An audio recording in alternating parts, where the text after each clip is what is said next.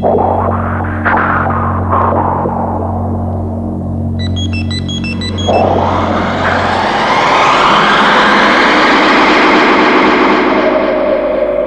de panique, dossier OVNI.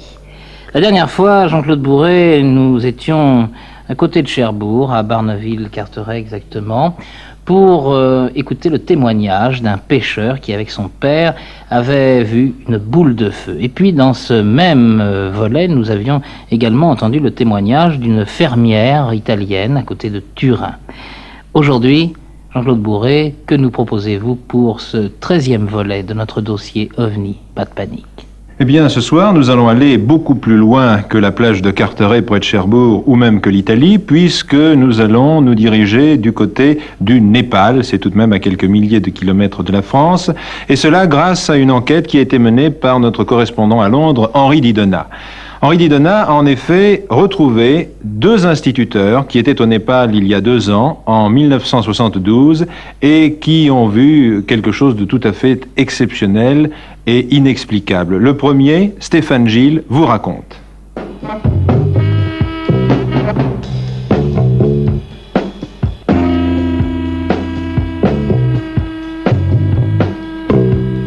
Le 18 avril 1972, à environ 8 heures du soir, à Pokhara, en Népal, dans une vallée, au bord d'un lac, nous venions de prendre un bain avec mon camarade, quand vers l'ouest, j'ai aperçu comme des points très groupés, ressemblant à une migration d'oiseaux.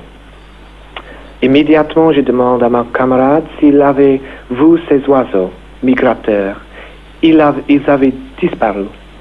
Quelques minutes plus tard, lui me montre les fameux oiseaux qui étaient reparus.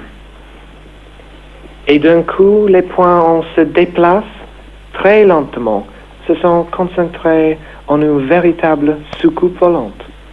Puis l'objet s'est lentement déplacé. Très étonnés, nous le suivons des yeux. L'objet a pris une forme très vague, puis a ressemblé à un petit cercle de fumée. Ce tout a duré entre 30 ou 40 secondes peut-être. Puis d'un coup, dans le ciel devant nous, on a aperçu un phénomène extraordinaire. De nombreux groupes de points se transforment en forme soucoupe, puis en cercle de fumée. Tout ce phénomène a duré près d'une demi-heure. Et en forme de soucoupe, ces objets se déplaçaient à une vitesse extraordinaire. Nous avions vu, on le sentait, quelque chose d'extraordinaire. Je suis sûr qu'il s'agissait de ce qu'on appelle des objets volants non identifiés. À la science de trouver ce dont il s'agit.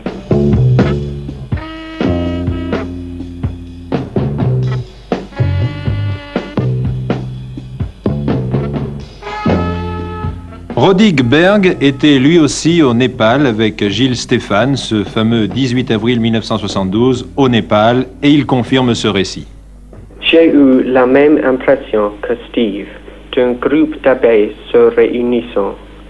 Impression qui a duré près de 4 secondes. Ensuite, on a vu clairement les points se réunir. Et on a vu des immenses soucoupes, 8 ou 9. Il y en avait plusieurs qui se dirigeaient irrationnellement dans le ciel, comme un balai volant.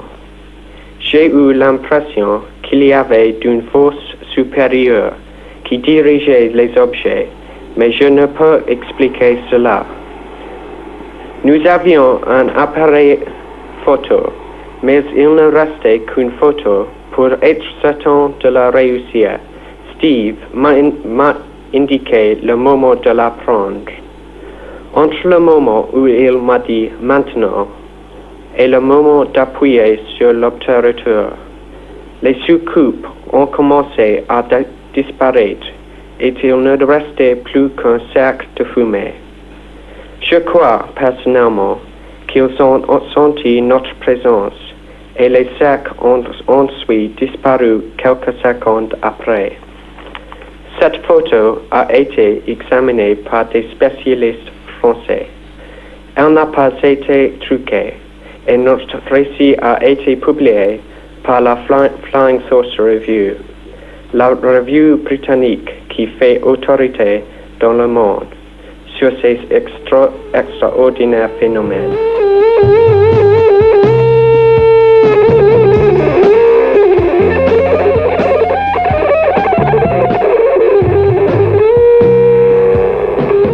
Après le Népal, nous allons revenir en Grande-Bretagne avec monsieur Anthony Russell. Anthony Russell a eu beaucoup de chance. Non seulement, en effet, il a vu un ovni, un objet volant non identifié, mais il l'a vu au moment où il essayait précisément un nouvel appareil photo avec un téléobjectif. November 1965, I was living in Streatham in London, and I had a hobby, photography. I bought a new lens for my camera. Au mois de novembre 1965, j'habitais à Streatham, dans la banlieue de Londres. J'ai toujours été passionné par la photographie. Ce jour-là, j'étais dans le salon et à travers l'une des fenêtres, j'essayais un nouvel objectif. Je faisais le point sur une église et plus particulièrement sur le paratonnerre en forme de coque se trouvant au sommet de l'église. When I take photographs, I keep both eyes open. And while I'm focusing on the steeple, I saw something fall from the sky very, very quickly and stop dead sharp. I turned the camera onto this because it was interesting.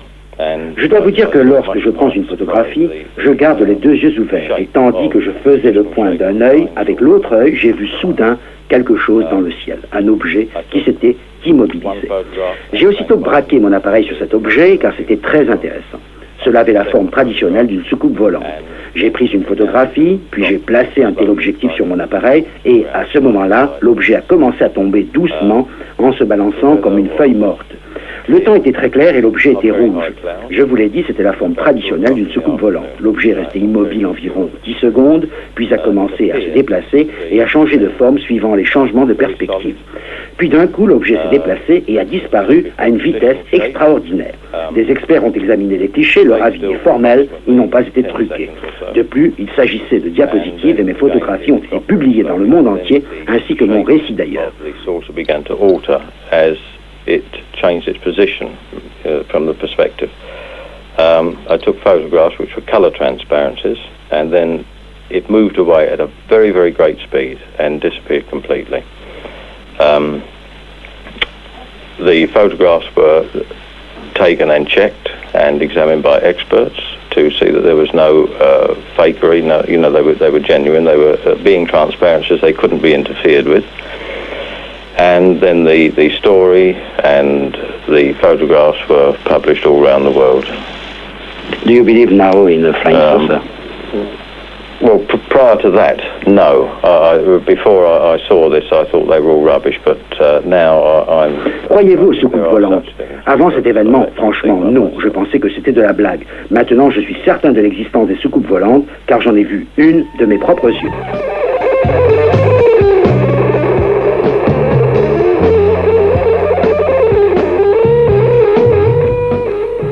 Jean-Claude Bourret, dans ce 13e volet de notre dossier OVNI, pas de panique, nous avons entendu 3 témoignages de Britanniques. Tout d'abord, 2 instituteurs qui au Népal ont pu voir un OVNI, et puis là, à l'instant, un homme qui a pu en photographier un. Demain, Jean-Claude Bourret, je crois que nous resterons en Grande-Bretagne. Pour ce dossier numéro 14, je vous propose en effet de rester en Grande-Bretagne, non plus cette fois avec un Britannique, mais avec un Français. Il était jeune étudiant à l'époque, il avait 20 ans. C'était en 1934, et ce qui est intéressant dans cette date, c'est que c'était bien avant que l'on appelle ces fameux ovnis les soucoupes volantes, puisque l'expression date de 1947. Dossier OVNI, pas de panique.